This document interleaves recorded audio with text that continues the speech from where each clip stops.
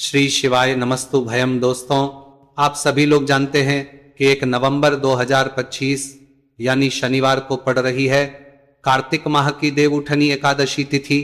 और दोस्तों, यह वह तिथि है जो कार्तिक माह में पड़ने वाली सबसे बड़ी तिथि है, क्योंकि यह शनिवार के दिन पड़ रही है और इसका बहुत ही बड़ा और विशेष महत्व होता है। पूज्य गुरु जी ने कहा है कि अगर कभी भी मौका लग जाए और कार्तिक महीने की देवउठनी एकादशी शनिवार को पड़ जाए तो आप लोगों को सरसों की तेल वाला उपाय तो अवश्य ही करना चाहिए। इन दोनों का सहयोग बहुत ही कम आता है। इसी के साथ में गुरुजी ने अपनी शिव पुराण कथा में बताया है कि इस दिन आपको सरसों की तेल वाला उपाय तो आपको अवश्य ही करना चाहिए, क्योंकि ऐसा दिन पूरे साल में सिर्फ एक ही बार आता है।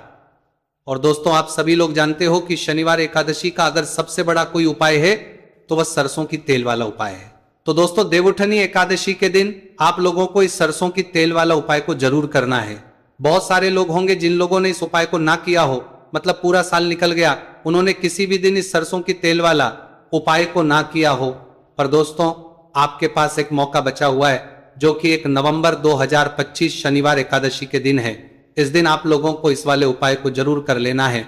भले ही आपने पूरे महीने भर इस उपाय को ना किया हो, पर अगर आपने इस कार्तिक महीने के शनिवार एकादशी दिन अगर इस वाले उपाय को कर लिया तो आपको इस उपाय को करने का वह फल मिलेगा जिसकी आपने कभी कल्पना भी नहीं करी होगी। इसीलिए आप लोग इस वाले उपाय को एक बार जरूर कर लेना है, ताकि आप लोगों के हाथ से यह मौका ना जा सके और आपको इस उपाय करने का फल मिल सके। दोस्तों, यह उपाय पंडित जी ने अपनी अभी की ही श्री शिव महापुराण की कथा में बताया है जी। इस उपाय को आज हम आपको बहुत अच्छे से समझाने वाले हैं। इस वीडियो को देखने के बाद इस उपाय को समझने के लिए आपको कोई और वीडियो को देखने के लिए की जरूरत नहीं पड़ेगी। तो चलिए दोस्तों, उपाय को शुरू करते हैं। देखिए, ये इस कार्तिक महीने के शनिवार एकादशी के दिन ये इतना खास होता है, इतना महत्वपूर्ण होता है। देखा गया है कभी कभी बड़े बड़े पूजा पाठ अनुष्ठान जो मनोकामना पूर्ण नहीं है होते, वह कार्तिक महीने की शनिवार एकादशी के दिन एक छोटे उपाय करने से ही आपकी मनोकामना पूर्ण हो जाती है। और बहुत सारे लोगों ने इस उपाय को किया भी है और उनको इस उपाय को करने का फल भी जरूर मिला है। अगर आप लोग भी इस उपाय को करना चाहते हैं तो आप इस उपाय को पहले अच्छे से समझ लेना, सुन लेना, उसके बाद करना। आपको इस उपाय का फल जरूर मिलेगा।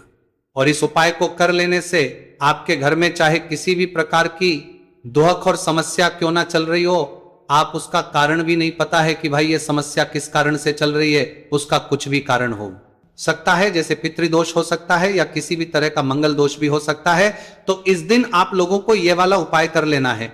ये कैसा उपाय है जिस उपाय को अगर किसी विशेष दिन पर किया जाए तो भाई उस विशेष दिन का जो है वह तो हमें मिलता ही मिलता है, पर हमने उस दिन पर इस उपाय को किया है तो हमें उससे भी बड़ा फल मिलता है, और फल बहुत जल्दी मिलता है, क्योंकि आप उपाय को बहुत ही बड़े और विशेष दिन पर कर रहे हो।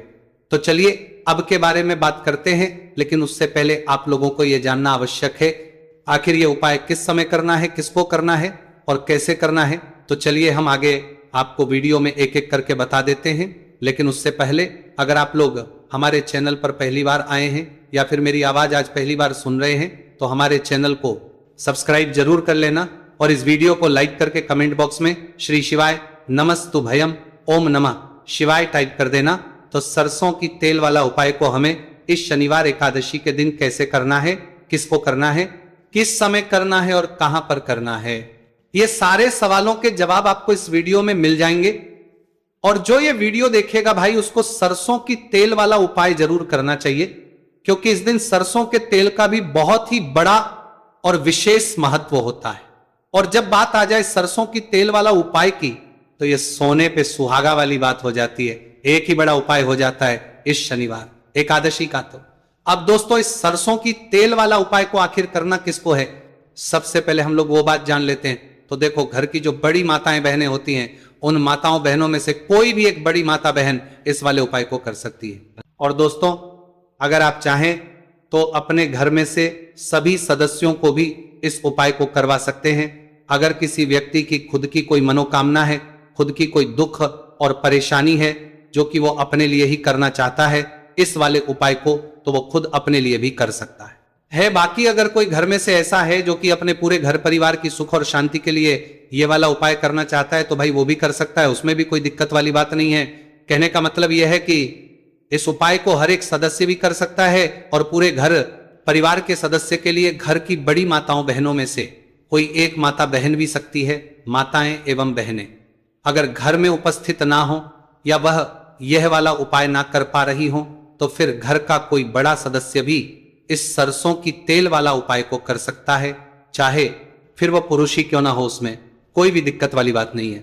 उसके बाद में दोस्तों जो अगला प्रश्न निकल कर आता है वह यह आता है इस उपाय को लेकर कि आखिर इस उपाय को हमें किस समय करना है, सुबह के समय करना है कि शाम के समय करना है। तो देखो इस वाले को आप लोग सुबह के समय भी कर सकते हो और शाम के समय प्रदोष काल में भी कर सकते हो। अब अगर आप पूछो कि भाई सबसे उत्तम समय कौन सा रहेगा इस सरसों की तेल वाला उपाय को करने का, तो हम आपसे बस यही कहेंगे कि इस उपाय को आप सुबह के समय करेंगे तो ज्यादा बेहतर होगा। बाकी अगर प्रदोष काल शाम के समय भी करेंगे तो भी अच्छा होगा, उसमें कोई भी दिक्कत वाली बात नहीं है।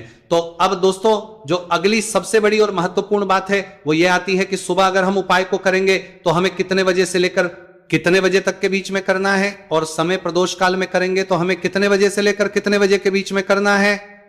तो देखो सुबह जितनी जल्दी हो सके आप उपाय को करने की कोशिश करना। बाकी अगर किसी कारणवश लेट भी हो जाओ, थोड़ी देर भी हो जाए, तो 10 या 11 बजे तक भी आप उपाय कर लेना, पर 12 बजे से ज्यादा देरी ना हो, इस बात का ध्यान रखना।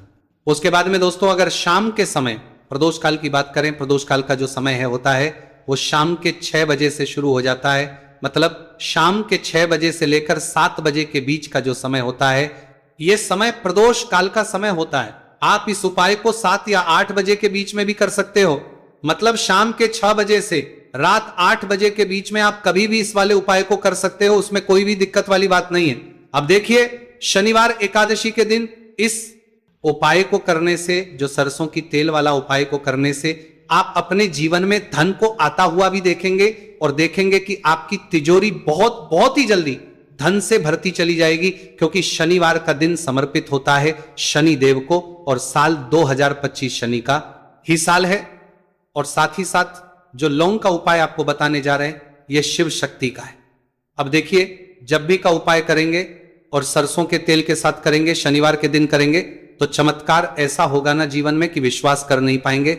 ऐसा उपाय आज की वीडियो में आपको बताने वाले हैं कि सिर्फ सरसों के तेल में लौंग डालने से ही आप अपने जीवन में देखेंगे कि हर तरफ से पैसा आना शुरू हो जाएगा, कर्ज जैसी बड़ी बड़ी समस्याएं भी जीवन से दूर हो जाएंगी।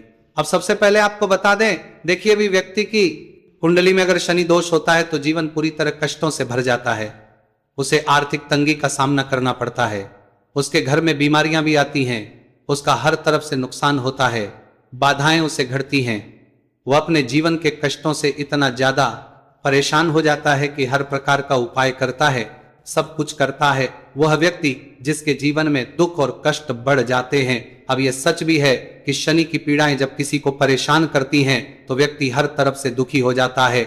लेकिन आपको बता दें, अगर कोई भी व्यक्ति शनि देव को प्रसन्न कर ले तो सुख और समृद्धि भी इतनी आती है घर में कि व्यक्ति संभाल नहीं पाता है, धन इतना आता है कि संभाल नहीं पाता है।